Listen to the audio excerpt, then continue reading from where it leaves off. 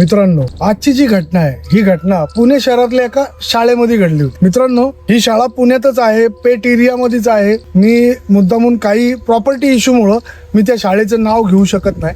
तिथंच ही घटना घडलेली. मित्रांनो, सायली जाधव नावाची मुलगी त्या शाळेमध्ये शिकत होती. ती इयत्ता 9वीला होती आणि तिचं त्याच वर्षी ऍडमिशन त्या शाळेमध्ये झालं होतं.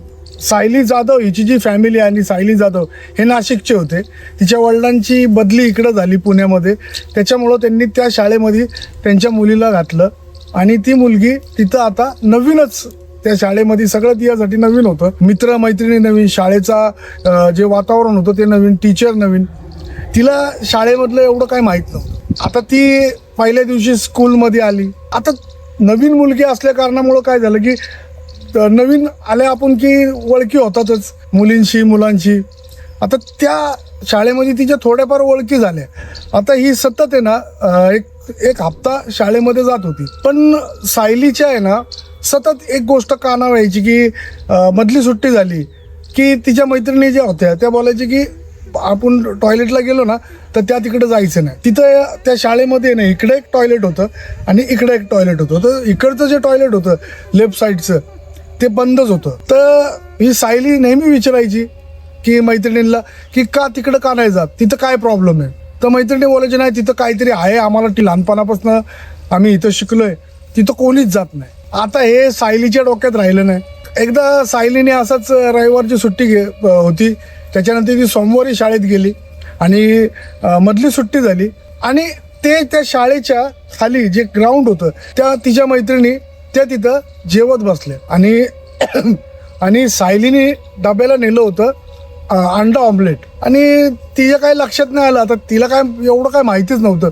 तिने तिथं ऑमलेट वगैरे खाल्लं आणि तिला टॉयलेटला लागली म्हणून ती सेकंड फ्लोअरला आली, ज्या मजल्यावर ते 2 टॉयलेट होते. आता तिला खालचे टॉयलेट जे असतील ते तिला माहीत नव्हतं. तिच्यासाठी शाळा नवीन होती आणि तिला भरपूर जोराची टॉयलेट आली होती. त्याच्यामुळं तिने काय केलं, जे लेफ्ट साईडला टॉयलेट होतं तिथं गेली आणि तिथं 3 असे टॉयलेट होते. तर तिने काय केलं, एक टॉयलेटचा दरवाजा उघडला, कडी लागली होती आणि ती आत गेली आणि ती टॉयलेट वगैरे करून बाहेर आली. आता ही जी वेळ होती दुपारची वेळ होती, साधारण 1:30ची, कारण की सायलीची जी शाळा असायची ती 12ला भरायची. 1:30 वाजता त्यांची मधली सुट्टी व्हायची. ती आली, क्लास चालू झाला, क्लासमध्ये बसली. आता अचानकच आहे ना टीचर ज्या होत्या त्या सायलीच्या, त्यांचं लक्ष सायलीकडे गेलं. तर ते बघत होते की सायली एकटकच नुसतं त्यांच्याकडे बघते. म्हणून टीचरने काय केलं की तिला विचारलं, काय झालं, तू अशी का बघते. 1 नाही 2 नाही, पुन्हा टीचरने विचारलं, असं का बघते, तुझं बघणं वेगळं वाटतंय मला. आता सायली टीचरकडे बघून वेगळ्यागत हसायला लागली आणि तिच्या बाजूला ज्या 2 मुली बसल्या होत्या त्यांना मारहाण करायला लागली. आता हे बघून टीचरनी तिला पनिशमेंट द्यायचा प्रयत्न केला, पण ती कुणाचंच ऐकत नव्हती आणि ती जोरात किंचाळायला लागली. आता टीचरनी प्रिन्सिपलला बोललं, ती कुणालाच आवरत नव्हती. मग तिच्या घरच्यांना बोलून घेतलं आणि तिला हे असे का करते म्हणून तिला घरी पाठवलं.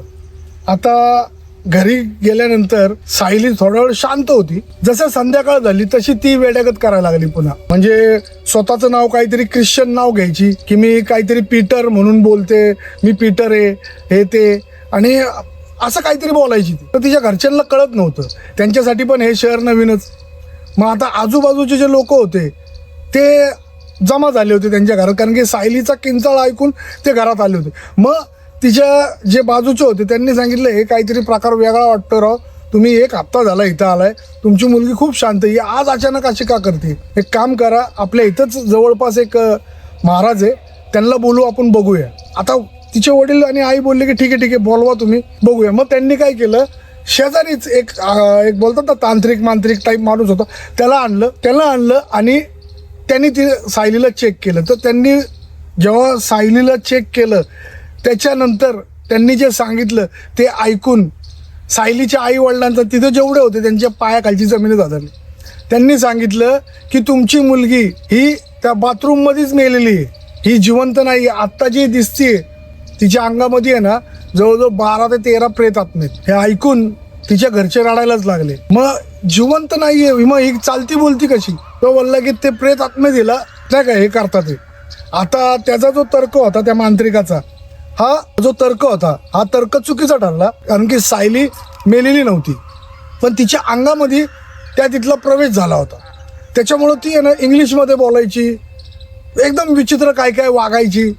आता ह्यांनी जे सांगितलं होतं मांत्रिकांनी, त्याच्यामुळे हिच्या घरच्यांचं तर म्हणजे नाही का उत्साहच मेला होता की काय चाललंय काय, त्यांना कळतच नव्हतं. मग एक रात्री असं झालं की तो मांत्रिक बोलला की हिला तुम्ही घरामध्ये बांधूनच ठेवा. काय माझं कदाचित चुकलेलं आहे, कारण की ही नॉर्मल पण होती आणि तशी पण बोलते. आता तिला त्यांनी त्या मांत्रिकाचं ऐकून बांधून ठेवलं घरात खाटला. आता ते अचानकच ना एवढी पावर आली तिला रात्री 12-1 वाजता की तिने खाट जिला बांधलं होतं ते पार हातातलं तोडलं, खाट बाहेर फेकल्या, TV फेकला, भरपूर राडे चालले होते. आणि आता त्यांनी त्याच दिवशी रात्री परत त्या मांत्रिकाला बोललं, पण तो मांत्रिकनी डायरेक्ट हातच जोडला त्यांच्यासमोर की मी ह्या केसमध्ये काही करू शकत नाही, तुम्ही एक काम करा.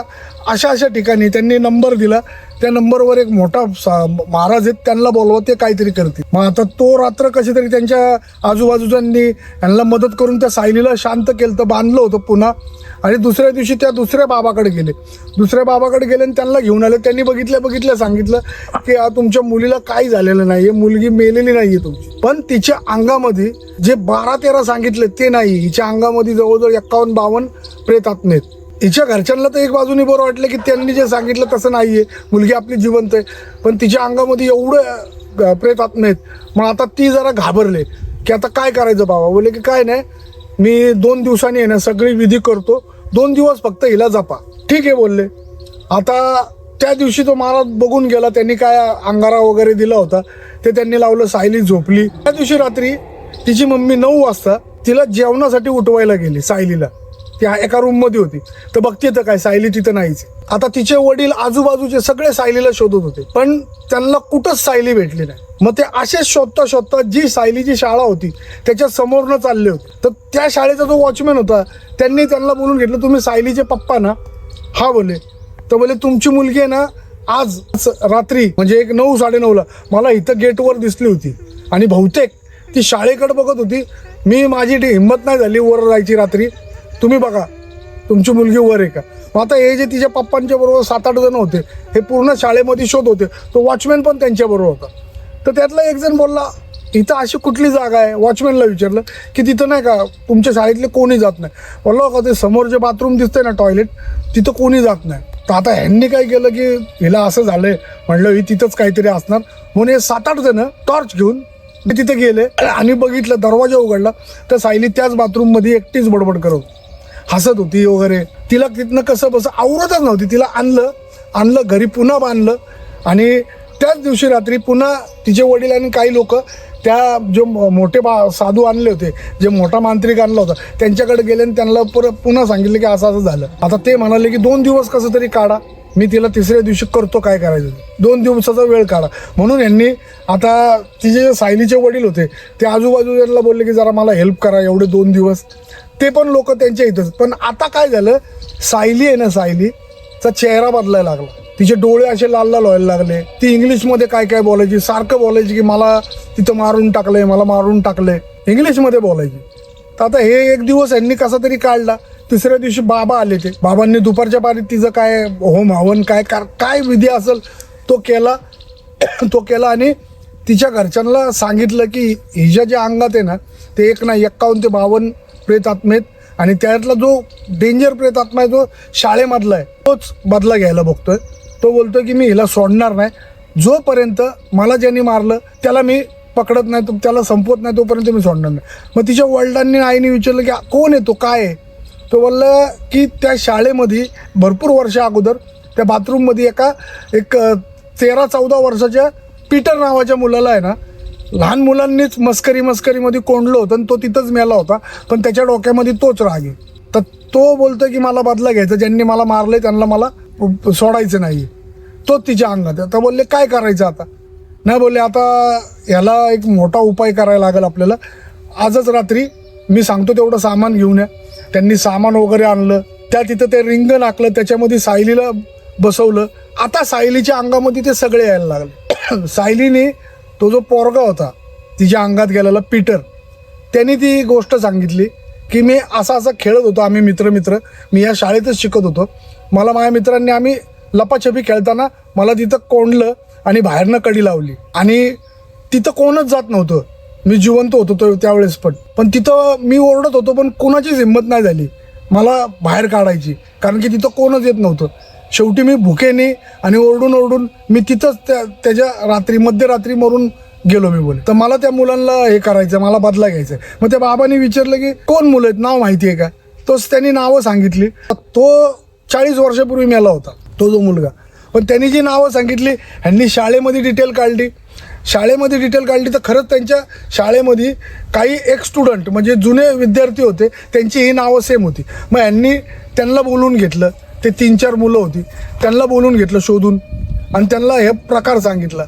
तर ते बोलले की हा आमच्याकडनं झालं होतं, आमची चूक झाली ती, पण आता आम्ही काय करू, आता त्यावेळेस झालेलं आहे तर आम्ही काय करू शकतो. तर तो सायलीचे वडील बोलले, हे बघ प्लीज माझ्या मुलीला वाचवा, तुम्ही जर तिथं आले, बाबा आहेत, तुम्हाला काय नाही होणार, तुम्ही त्याला माफी मागा, तो आत्माला सोडल. आता ते कसे बसे ते बोलले की आम्हाला पण मुली आहे, आम्हाला कळतं तुमच्या मुलीबरोबर काय झालं, आम्ही येतो. ते आले. आता त्या तिघांनी त्या सायलीला असं रिंगणात बसवलं होतं आणि तिघं समोर थांबले. त्यांना जसं बघितलं सायली येड्यागत करायला लागली, त्यांच्या अंगावर जायला लागली, पण सायलीला त्या रिंगणातनं बाहेर येता येत नव्हतं. मग त्या तिघांनी तिथं त्यांना माफी मागितली की बाबा आपण लहान होतो, चुकून माझ्याकडनं झालंय, माफ कर, आम्ही पुन्हा नाही करणार, तुझ्या आत्म्याच्या शांतीसाठी आम्ही काय पाहिजे ते करू. मग कसं बसं ते सायलीच्या अंगातनं निघेल. मित्रांनो, ही जी घटना घडली आहे या घटनेला आज 12 वर्ष झालेत.